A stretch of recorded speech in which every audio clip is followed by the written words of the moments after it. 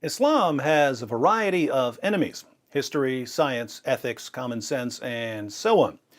But Islam's greatest enemy is logic, because logic is what we use to show how history, science, ethics, common sense, and so on refute Islam. Let's look at a simple example using only some information that I used in 3 of my recent videos.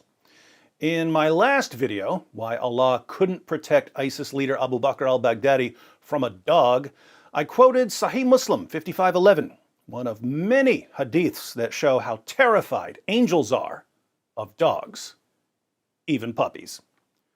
It was narrated that Aisha said Jibreel, that's the Islamic edition of the angel Gabriel, promised to come to the Messenger of Allah at a certain hour, and that time came, but he did not arrive.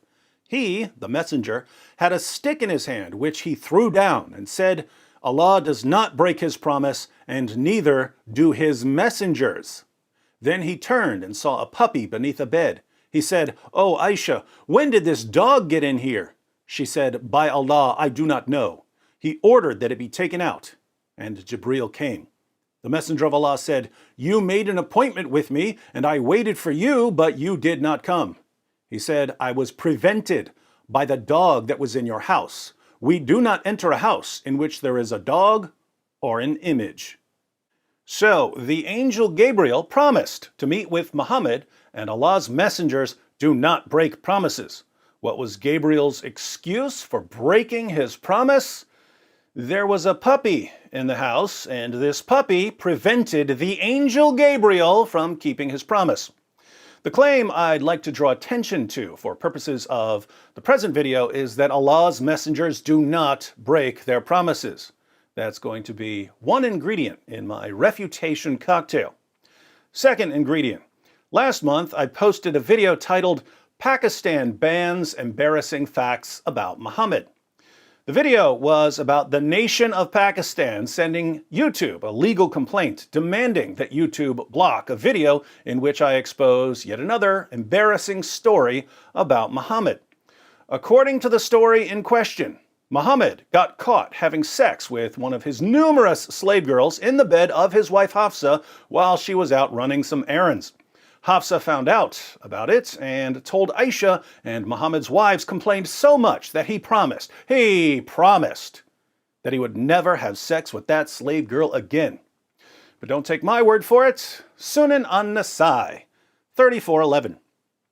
It was narrated from Anas that the Messenger of Allah had a female slave with whom he had intercourse, but Aisha and Hafsa would not leave him alone until he said that she was forbidden for him. Then Allah, the Mighty and Sublime, revealed, "O Prophet, why do you forbid for yourself that which Allah has allowed to you?" That's Surah 66, verse 1 of the Quran, until the end of the verse. The relevant Quran passage is Surah 66, verses 1 and 2. "O Prophet, why do you forbid for yourself that which Allah has allowed to you, seeking to please your wives? And Allah is oft forgiving, most merciful. Allah has already ordained for you, O men, the absolution from your oaths. And Allah is your Mawla, Lord or Master or Protector, and He is the All-Knower, the All-Wise." Here's the Muslim commentary, Tafsir Jalalain on Surah 66, verse 1. "O Prophet, why do you prohibit what God has made lawful for you in terms of your Coptic handmaiden Maria, when he lay with her in the house of Hafsa, who had been away, but who, upon returning and finding out, became upset by the fact that this had taken place in her own house and on her own bed, by saying, 'She is unlawful for me,' seeking by making her unlawful for you to please your wives? And God is forgiving, merciful, having forgiven you this prohibition." So Muhammad swore an oath, promising his wives that he would never have sex with his slave girl, Mary the Copt, again. But Allah said that he could break that promise. Do you see where we're going with this? According to Muhammad, in Sahih Muslim 5511, Allah's messengers never break their promises. According to Sunan an-Nasai 3411 and Surah 66 verses 1 and 2 of the Quran and Tafsir Jalalain, Muhammad broke his promise to his wives. What do we need if we want to draw a conclusion from these two facts? We need logic. The third ingredient in our cocktail is an argument form that I discussed in last month's video, Dave Chappelle Slams Abortion. In that video, I discussed an argument form called modus tollens, the mode of denying. The general pattern is premise 1, if A, then B. Premise 2, not B. Conclusion, therefore, not A. The example I gave was, if X is a cat, then X is a mammal. X is not a mammal. Here we have two separate claims, but if we know these two things, logic allows us to make a third claim. We can conclude via modus tollens that X is not a cat. Premise 1 establishes that all cats are mammals. Premise 2 establishes that X is not a mammal. Since X isn't a mammal, X can't be a cat. Putting all of this together, we can actually make two arguments, one against the angel Gabriel and one against Muhammad. For our first argument, we have premise 1, if Gabriel is a messenger of Allah, then he won't break his promise. We know this because Muhammad said it. Premise 2, Gabriel did break his promise. Here again, we know this because Muhammad said it. Conclusion, Gabriel is not a messenger of Allah. And we write 1 to modus tollens, which means that if premises 1 and 2 are true, the conclusion is guaranteed to be true thanks to modus tollens.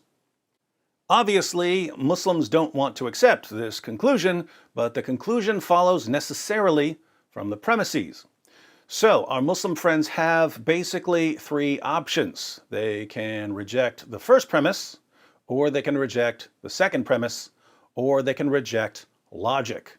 I'm assuming they don't want to reject logic. What about premise 2? Well, given what the passage says, it's indisputable that Gabriel broke his promise. Gabriel promised that he would meet with Muhammad at a certain time, but he didn't show up. So the only way to reject premise 2 would be to reject the source, but that comes with a cost. This hadith is classed as sahih, or strong, and when our Muslim friends throw out sahih narrations, they're basically telling us that even their most reliable narrations can't be trusted, and that even their most trusted narrators were liars, and that we therefore can't know much of anything about their prophet. Good luck with that. If they don't want to throw the entire history of Muhammad out the window, they'll have to reject premise 1. They'll have to say that a messenger of Allah can break a promise, even though Muhammad said that messengers of Allah don't break their promises. How can they reject premise 1? They're going to have to qualify it. They're going to have to say something like, messengers of Allah don't break their promises unless they have a good reason. And here we would have to ask whether the presence of a puppy is a good reason for an angel to break a promise. Is it, Muslims? If an angel of the Almighty says that he's going to do something, is an adorable little puppy a good reason for the angel not to do what he said he was going to do? Muslims, you need to do something here. Otherwise, we have a pretty straightforward case that the Islamic edition of the angel Gabriel is not a true messenger of Allah. So you can throw out logic, or you can throw out history, or you can tell us that the angel Gabriel is a victim of cynophobia, the irrational fear of dogs. Now, for our second argument, this time about Muhammad. This one's even harder to avoid. Premise 1. If Muhammad is a messenger of Allah, then he won't break his promise. We know this because Muhammad said it. Premise 2, Muhammad broke his promise. This is in Sunan an-Nasai and the Quran and Tafsir Jalalain. Conclusion, Muhammad is not a messenger of Allah. Once again, our Muslim friends have three ways around this. Reject logic, reject premise 1, or reject premise 2. The logic, once again, is indisputable. We're using modus tollens. Given what we read In the Quran and Sunan an-Nasai and Tafsir Jalalain, premise 2 is indisputable as well. Muhammad promised his wives that he would stop having sex with his slave girl, then he broke that promise. Side note, he even got her pregnant. She gave birth to a son. Muhammad named him Ibrahim. Ibrahim died when he was around 18 months old. Our Muslim friends can throw the story out, but this is a little more difficult to do here since it's connected to verses of the Quran where Allah is clearly telling Muhammad that it's okay to break his promise to his wives. There is an alternative explanation of the opening verses of Surah 66. There's a story in the Hadith about some of Muhammad's wives complaining about the smell of some honey that he was eating at Zainab's house. So Muhammad swore that he would no longer eat the honey. But Allah revealed Surah 66, verses 1 and 2, showing Muhammad that it was okay to break his oath and to go back to eating the honey. 3 reasons this doesn't help avoid premise 2. First, there's no reason both stories couldn't be true. If Muhammad swore to his wives that he would stop having sex with his slave girl, and he swore to his wives that he would stop eating foul-smelling honey, Surah 66 verses 1 and 2 could be Allah's reply to both incidents. Second, if we could only believe one of these stories, and we had to regard the other as fabricated, which one would we think is the true story? The principle of embarrassment would all but guarantee the authenticity of the story about Mary the Copt. According to the principle of embarrassment, when people are inventing stories about their heroes, they tend to invent positive stories, not embarrassing stories. And when people are inventing a story to cover up another story, they invent a less embarrassing story to cover up the more embarrassing story. So, which scenario makes more sense? 1, Muslims were embarrassed by the story of Muhammad promising that he would stop eating foul-smelling honey, so they invented an alternative story about him getting caught with his slave girl in the bed of his wife Hafsa and promising that he would stop having sex with his slave girl. Or 2, Muslims were embarrassed by the story of Muhammad getting caught with his slave girl in the bed of his wife Hafsa and promising that he would stop having sex with his slave girl, so they invented an alternative story about him promising that he would stop eating foul-smelling honey. We can see why Muslims would invent the story about the honey, but it makes no sense to invent the story about Muhammad getting caught with his slave girl. So there's just no good way to get rid of the story about Muhammad and Mary the Copt. Third, for purposes of my argument, it wouldn't matter which story is true. According to both stories, Muhammad made a promise to his wives, and according to both stories, Muhammad broke that promise because Allah told him to. So either way, Muhammad broke his promise, and premise 2 is 100% true. Hence, if our Muslim friends want to avoid the conclusion that Muhammad is not a messenger of Allah, they're going to have to reject premise 1. They're going to have to say that Muhammad's claim that Allah's messengers don't break promises is false, and they're going to have to correct their prophet by modifying the premise to something like this. If Muhammad is a messenger of Allah, then he won't break his promise unless he has a good reason. But what was Muhammad's good reason for breaking his promise? The reason comes from Allah in Surah 66 verses 1 and 2, where Allah said, Muhammad, I didn't order you to make that promise, so it's okay to break it. What's the principle here? The principle is that if you make a promise, but you weren't ordered by Allah to make that promise, then it's okay to break the promise. It's okay to break any promise that Allah didn't order you to make. So, if you promise to help me paint my house Friday afternoon, and then you don't show up, and I say, yo, what happened? You promised to help me paint my house. According to the Quran, you can reply, well, Allah didn't order me to make that promise, so I don't have to keep that promise. You can make 100 promises and break all of them, as long as Allah didn't order you to make those promises. Of course, the vast majority of promises that people make are not promises that they were ordered by Allah to make. So it's okay to break most promises.